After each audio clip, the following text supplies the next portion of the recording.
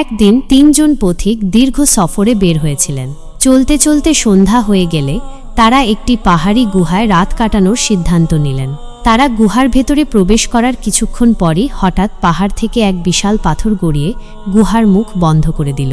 তারা অনেক চেষ্টা করেও সেই পাথর সরাতে পারল না। তখন তারা একে অপরের দিকে তাকিয়ে বললেন, আমরা এক ভয়ঙ্কর বিপদের সম্মুখীন হয়েছি। আমাদের কেউ সাহায্য করার নেই। আমাদের এখন একমাত্র ভরসা আল্লাহ। আসুন আমরা আল্লাহর কাছে দোয়া করি এবং আমাদের জীবনের সবচেয়ে পবিত্র ও নেক আমলগুলোর কথা উল্লেখ করে তাকে সাহায্য চাই। তখন প্রথম ব্যক্তি দোয়া করল। প্রথম ব্যক্তি, পিতামাতার প্রতি ভালোবাসা ও দায়িত্ববোধ। প্রথম ব্যক্তি আল্লাহর দরবারে কাতর কণ্ঠে বলল, হে আল্লাহ, আমি আমার পিতামাতাকে খুব ভালোবাসতাম এবং সবসময় তাদের আগে খাওয়াতাম। একদিন আমি বাইরে গিয়েছিলাম এবং দেরি করে ফিরে আসি। যখন এসে দেখি তখন আমার বাবা মা ঘুমিয়ে পড়েছেন। আমি প্রতিদিন তাদের জন্য দুধ নিয়ে আসতাম, তাই সেই রাতে তাদের জন্য দুধ নিয়ে দাঁড়িয়ে থাকলাম। আমার ছোট ছেলেমেয়েরাও ক্ষুধার্ত ছিল, কিন্তু আমি বাবা মাকে খাওয়ানোর আগে কাউকে দিইনি। আমি সারা রাত অপেক্ষা করলাম যতক্ষণ না তারা ঘুম থেকে জাগলেন এবং দুধ পান করলেন। হে আল্লাহ, যদি আমি এটি শুধুমাত্র আপনার সন্তুষ্টির জন্য করে থাকি তাহলে আমাদের মুক্তি দিন। অলৌকিকভাবে পাথর সামান্য সরে গেল, কিন্তু তখনও তারা বের হতে পারল না। দ্বিতীয় ব্যক্তি, হারাম থেকে বেঁচে থাকা দ্বিতীয় ব্যক্তি কান্না ভেজা কণ্ঠে বলল, হে আল্লাহ, আমার এক চাচাতো বোন ছিল যাকে আমি অত্যন্ত ভালোবাসতাম।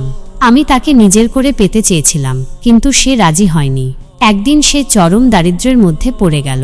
তখন আমি তাকে 100 দিনার স্বর্ণমুদ্রা দিলাম এই শর্তে যে সে আমার ইচ্ছা পূরণ করবে। অবশেষে সে দারিদ্র্যের কারণে রাজি হলো। কিন্তু যখন আমি তার কাছে গিয়েছিলাম তখন সে বলল, আল্লাহকে ভয় কর, এই পাপ করো না। আমি তখন কেঁপে উঠলাম। আমার হৃদয় পরিবর্তিত হলো। আমি সাথে সাথে সরে দাঁড়ালাম এবং তাকে সমস্ত টাকা দিয়ে দিলাম, কিন্তু কোনো অন্যায় করলাম না। হে আল্লাহ, যদি আমি এটি শুধুমাত্র আপনার ভয় করে থাকি তাহলে আমাদের মুক্তি দিন। পাথর আরও একটু সরে গেল, কিন্তু তারা এখনো বের হতে পারল না। তৃতীয় ব্যক্তি, আমানতের প্রতি বিশ্বস্ততা। এরপর তৃতীয় ব্যক্তি হাত তুলে বলল, হে আল্লাহ, একদিন এক ব্যক্তি আমার কাছে কিছু টাকা আমানত হিসেবে রেখে গিয়েছিল। আমি সে টাকা ব্যবসায় কাজে লাগিয়ে অনেক লাভ করলাম।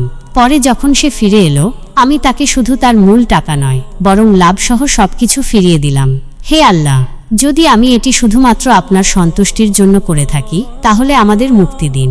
এই দোয়া শেষ হওয়ার সাথে সাথে পাথর সম্পূর্ণ সরে গেল।